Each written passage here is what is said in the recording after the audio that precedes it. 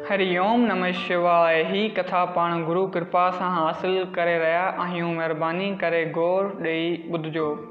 हिकु राजा खे 4 पुट हुआ। वॾा थिया त कर्मनि अनुसार पंहिंजा पंहिंजा गुण हुननि जे अंदरि आया। हिकु वॾो बहादुर योद्धा थियो, ॿियो वॾो विद्वान थियो, टियों वॾा लेक्चर ॾियणु लॻो ऐं चौथों वॾो दानी थियो। हिकु ॾींहुं राजा सोचियो त हिननि खे जो बुद्धि, बल ऐं धन पदार्थ प्राप्त थिया आहिनि सो परीक्षा वठां त उन्हनि खां हू चङो कमु था वठनि या ख़राबु कमु था वठनि। अवल पंहिंजे योद्धा पुत्र खे घुरायईं ऐं पुछाईं त बचा, तो में केतिरो बल आहे, केतिरी ताक़त आहे ऐं तूं पाण खे छा थो सम्झे। हिन चयो त 10,000 फ़ौज साम्हूं अचे त मां अकेले ई उन्हनि सां युद्ध करे सघंदुसि।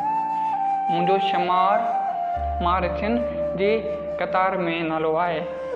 पिता चयसि त बराबरि ईअं ई हूंदो, पर जंहिंखे तूं बहादुरी मञी वेठो आहीं उन खे वेद शास्त्र सची बहादुरी नथा लेखीनि। योद्धा सचो उहो आहे जो पंहिंजे अंदरनि ऐं मन खे रोके पंहिंजे वस रखे ऐं न उहो जो वॾियूं लड़ायूं करे।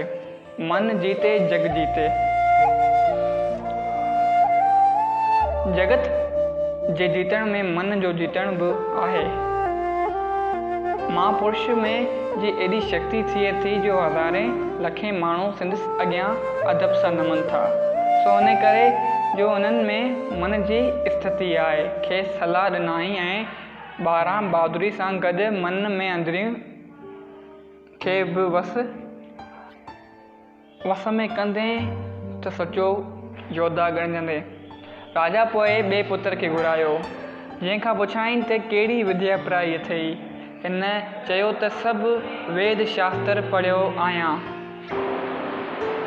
पिता चयसि त हिन विद्या पढ़ाइण वारा पाण खे विद्वान या पंडित कोठण जा अधिकारी न आहिनि।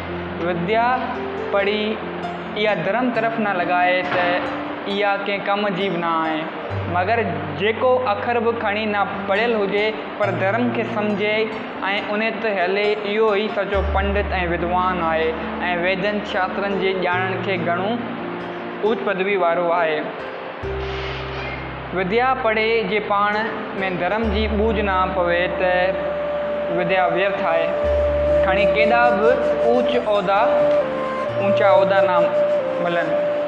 तंहिं पुत्र खां पुछियाईं, तंहिं पुत्र खे राजा घुरायो त हिन ॿुधायसि त वॾो वेक्ता आहियां ऐं सुंदर शेर लिखंदो आहियां। पिता चयसि त उम्दा वाक्य चई ॿियनि जी दिलि छिके वठनि त छा थियो। हिकु वेश्या या नाचणी बि त नाच गाना करे ॿियनि जी दिलि मोहे उन्हनि जो मन क़ाबू करे धन कमाए थी। वेक्ता थिजे त बि ॿियनि जी भलाई ऐं शेवा लाइ ऐं न रुॻो ॿियनि खे पंहिंजी होशियारी जो जलवो ॾेखारण लाइ या उन्हनि मां धन कठे करण वास्ते थिजे। कंहिंजी निंदा न कजे ऐं न को खंडन मंडन ॿियनि धर्मनि या मज़हबनि फ़र्क़नि जो करणु जाइज़ आहे। वेक्ता जो उहो चङो आहे जो ॿियनि जी भलाई हित लाइ उपदेश करे ऐं उन्हनि जे उधार लाइ यतन करे कोशिशि करे। इहो ई सभु उहो तॾहिं करे सघंदो जॾहिं हू पाण इन असूलनि मथां हले ऐं उपदेश बि बिना धन या ॿी लालच, इज़त ऐं मान जे रुॻो ॿियनि जे सुख ऐं सुधारे लाइ करे। चौथे पुत्र राजा जो हुओ, उनखे राजा घुरायो जो दानी हुओ। हिन खे चयईं त पुत्र, तो में सिफ़त त बराबरि वॾी आहे, पर इहो अभिमान न कजे त मां दानी आहियां। रावण दान त कंदो हुओ, पर अभिमान वचां अगंद खे चयो हुयई त अड़े अगंद, मूं जहिड़ो दानी ॿियो केरु थी सघंदो। मूं त पंहिंजा सिर कपे शिव भॻवान अॻियां अग्नि में हवन में ॾिना हुआ, दान कया हुआ। दाता इहो आहे जो दान ॾे त बि रुॻो इज़त निम्रता ऐं सम्मान सां पर निष्काम ऐं नर इंकार थी करे। दान करण खां पोइ थोरो ई अभिमान करण सां समूरो फल नास थी वञे थो। गुरु अर्जन देव लाइ हिकु संदसि प्रेमी सिख सर ॾिनो हो, पर गुरुजन खेसि वरी जहिड़ो कयो हिनखे।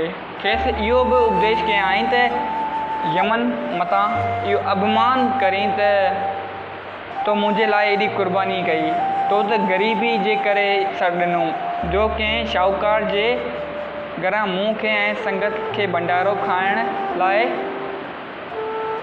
सीधो चोराए ईअं ऐं न करे ना सुगण करे तुंहिंजी पीउ तुंहिंजो सर कपी खणी आयो त तोखे को सुञाणी न सघे। पर रावण त को कंगाल न हो, उन हूंदे बि पंहिंजा श्री शिव भॻवान अॻियां हवन में ॾिनई। चओ जय सिया राम। मतिलबु त चार उपदेश जेके राजा पंहिंजे पुत्रनि खे ॾिना उहे हर हिकु जी यादि रखण जहिड़ा आहिनि, पर असली सुभाउ वारनि खे इहे मूर्ख ॻाल्हियूं लॻंदियूं आहिनि, छो त संदसि शोभा जी बिल्कुलु बरख़िलाफ़ आहिनि। जेके माण्हू ख़राबु असुरी सुभाउ वारा आहिनि उन्हनि लाइ इहे ॻाल्हियूं उन्हनि जे ख़िलाफ़ु आहिनि। तंहिं करे हू चवंदा आहिनि त हीअ ॻाल्हियूं उबतियूं आहिनि, को मतिलबु कोन्हे, इन ॻाल्हियुनि जो को सेंस कोन्हे। पर जेको धर्म ते हले थो उन लाइ चार ई वॾियूं सिखियायूं आहिनि। जो जय सिया राम। अगरि हीअ कथा तव्हांखे वणी त हिन कथा खे पंहिंजनि सां गॾु शेयर कयो ऐं असांजे यूट्यूब चैनल आत्मज्ञान ते वञी सब्सक्राइब कयो, जंहिंजी लिंक तव्हांखे डिस्क्रिप्शन में मिलंदी।